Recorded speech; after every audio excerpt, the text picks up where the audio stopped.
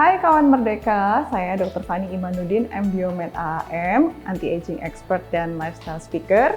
Minggu lalu kita sudah membahas mengenai microbiome dan nutrisi yang bisa berfungsi untuk menjaga imunitas tubuh.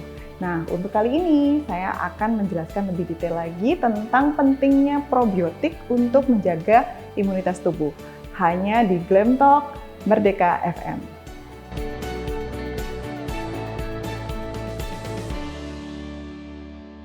Nah, ada 4 fungsi penting dari mikrobiom pada tubuh kita. Yang pertama sebagai nutrisi. Jadi nutrisi pencernaan di dalam usus kita itu membutuhkan nutrisi yang baik untuk meningkatkan produksi dari mikrobiom di usus kita. Kemudian yang kedua adalah untuk menjaga imunitas atau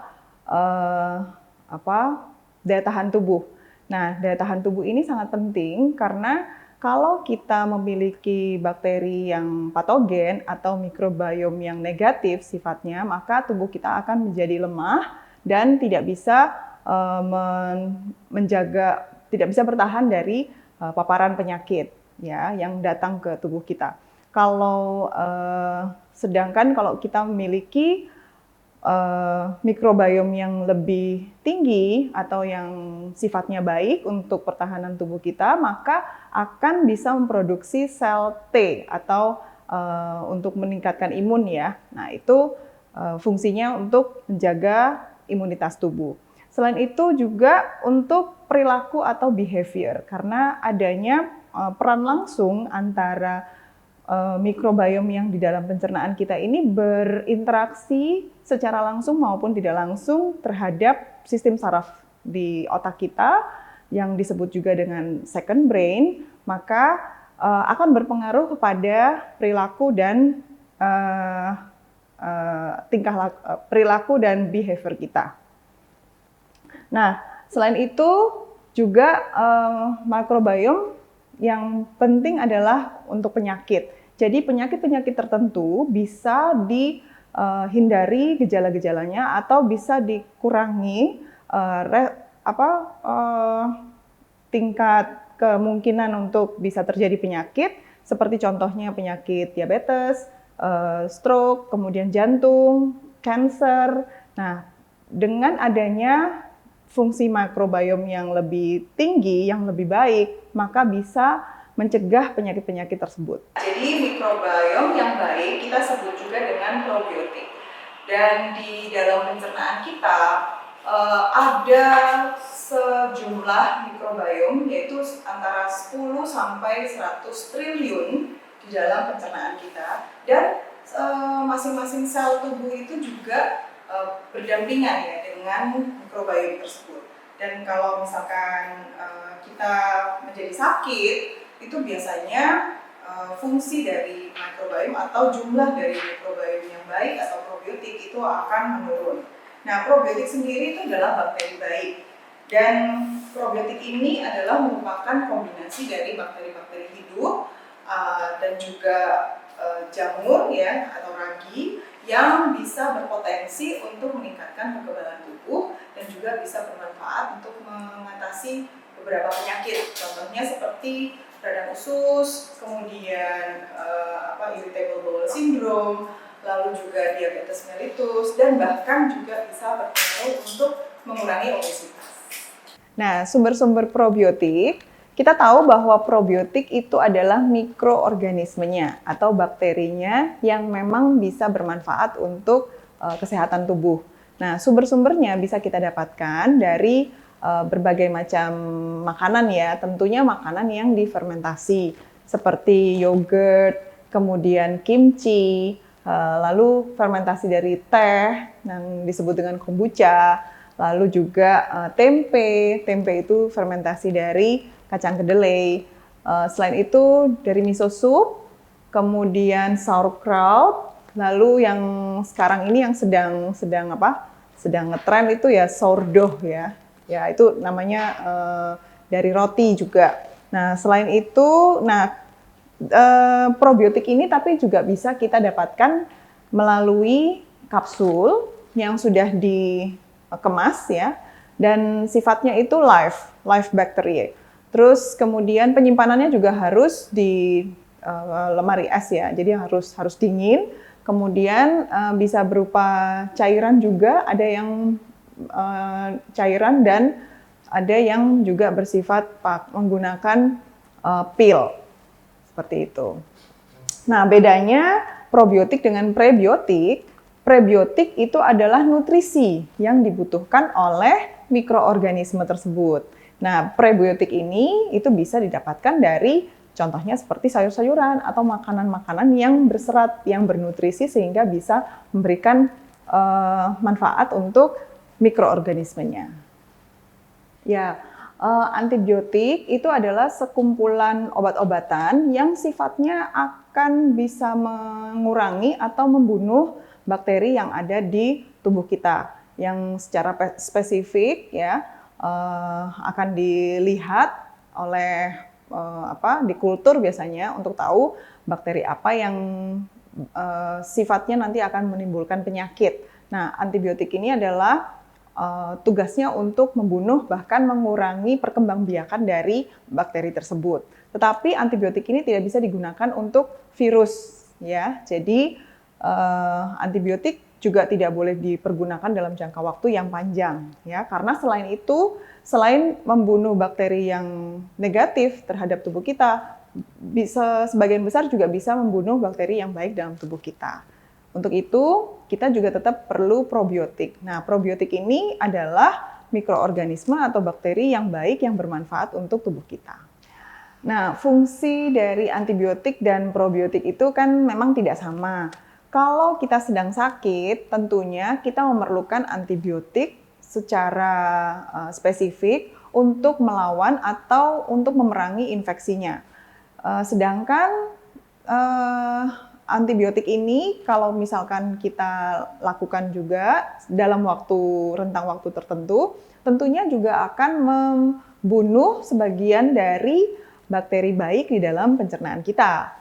Nah, sedangkan kalau probiotik itu tadi sudah seperti yang saya jelaskan bahwa probiotik ini adalah mikroorganisme hidup yang sifatnya memberikan manfaat kepada tubuh atau memiliki potensi untuk meningkatkan kekebalan tubuh. Jadi kalau kita contohnya sakit diare, ya kita awalnya menggunakan antibiotik dulu untuk mengurangi infeksinya.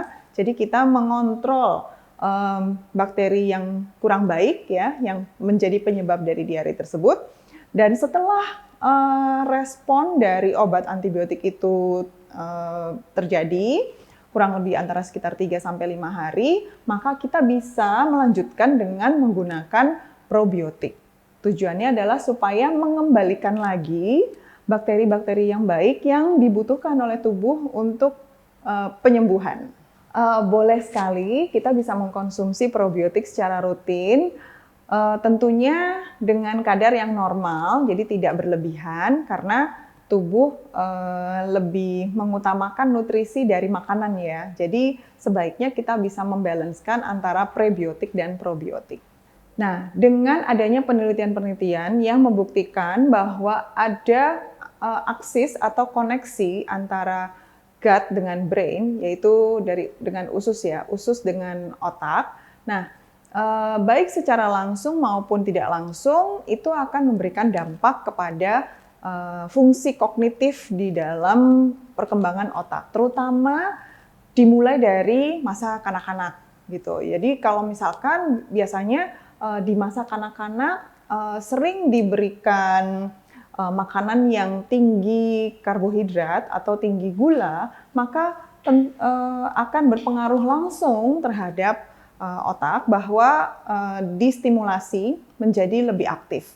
Seperti itu. Jadi dalam gut-brain connection di sini adanya mikroorganisme yang di pencernaan itu memberikan semacam stimulasi dengan neurotransmitter yang ada di sistem saraf kita, yaitu akhirnya sampailah ke sistem saraf pusat. Seperti itu sehingga dikatakan bahwa pencernaan kita atau usus kita itu adalah merupakan second brain, seperti itu. Nah, Biasanya karena fungsi dari mikrobiomnya itu menjadi lebih rendah sehingga atau asupan dari nutrisi yang masuk itu lebih banyak kualitas dari nutrisi yang kurang baik, sehingga itu membuat koneksi ke brain kita itu menjadi kurang baik juga. Nah, pada saat kita di dalam pencernaan kita itu juga mengatur adanya insulin resistance ya. Nah, disitulah fungsi dari otak kita itu menjadi berkurang ya, sehingga kita menjadi lebih gampang depresi, kemudian mudah marah seperti itu. Karena ada koneksi yang khusus ya, karena ada stimulasi dari mikroorganisme tertentu yang ada di usus juga yang spesifik yang bisa berpengaruh terhadap otak. Bisa membantu dengan minum probiotik, contohnya kita bisa mengkonsumsi probiotik yang sifatnya efeknya memberikan rasa rileks pada tubuh kita ya. Contohnya bisa mengkonsumsi kombucha ya, karena ada efek segar, terus kemudian ada efek probiotik yang di dalamnya juga cukup banyak ya, sehingga itu memberikan dampak relevan ke otak kita.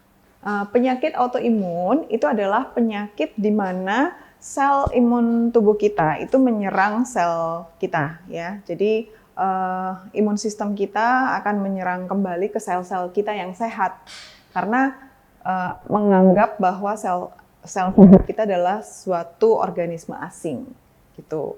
Nah, biasanya contoh di penyakit diabetes mellitus tipe 1 itu karena penyakit autoimun ini terjadi karena adalah kurang beragamnya mikrobiom yang ada di pencernaan, sehingga ini juga salah satunya bisa tercetus gitu. Selain itu juga adanya kerusakan di salah satu organ yang paling penting, yaitu di sel beta pankreas.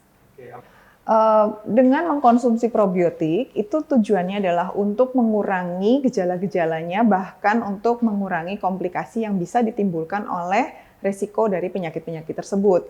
Contoh bisa juga dari penyakit lainnya di autoimun, yaitu di rheumatoid arthritis, lupus erythematosus, kemudian multiple sclerosis. Nah, ini juga salah satunya ada penelitian yang membuktikan bahwa ada hubungan mikroorganisme tertentu itu bisa berfungsi lebih baik jika kita tambahkan pada orang-orang dengan multiple sclerosis. Dari saya, kita harus merubah pola hidup.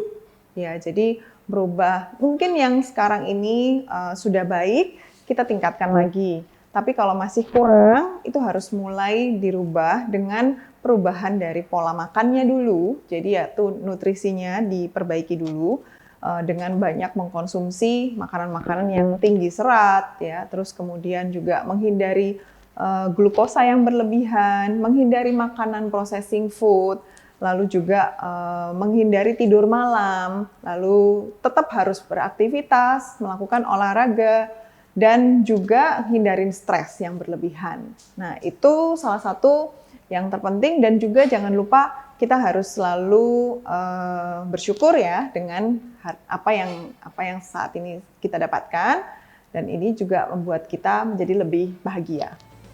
Halo kawan Merdeka, saya Dr. Fani Imanuddin, M.Biomed AM. Follow IG saya di @hi_Dr. dan juga @Miracle Body Aesthetic Center. Dapatkan tips menarik dan informasi lainnya hanya di Glam Talk Merdeka FM. Saya Dr. Fani Imanuddin untuk Glam Talk Merdeka FM. 106,7 Merdeka FM, musik terbaik 90-an hingga kini.